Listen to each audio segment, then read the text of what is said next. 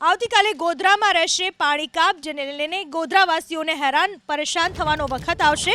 મુખ્ય પાઇપલાઇનમાં સમારકામને લઈને કાલે ગોધરામાં પાણી કાપ। મોટી કાંટડી પાસે મુખ્ય પાઇપલાઇનમાં રિપેરિંગ કામ હોવાને લઈ આ નિર્ણય લેવાયો છે। ગોધરા શહેરને પાલિકાથી આપવામાં આવતું પીવાનું પાણી આવતીકાલે નહીં મળે। પાણી પૂરું પાડતી પાઇપલાઇનના સમારકામને લઈને આવતીકાલે પાણી કાપની નગરપાલિકાએ જાહેરાત કરી છે।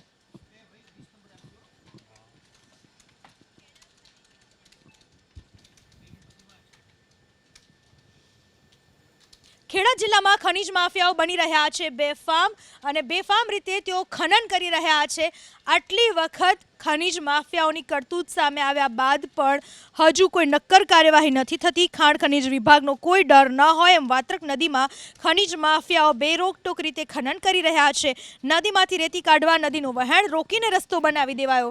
નદીના પટમાં દિવસ રાત રેતી ખનન ચાલી રહ્યું છે। ખુદ મામલતદારે સ્વીકાર્યું કે નદીના પટમાં રોડ બનાવી દેવાયો છે, જેની તપાસ કરીને કાર્યવાહી કરવામાં આવશે।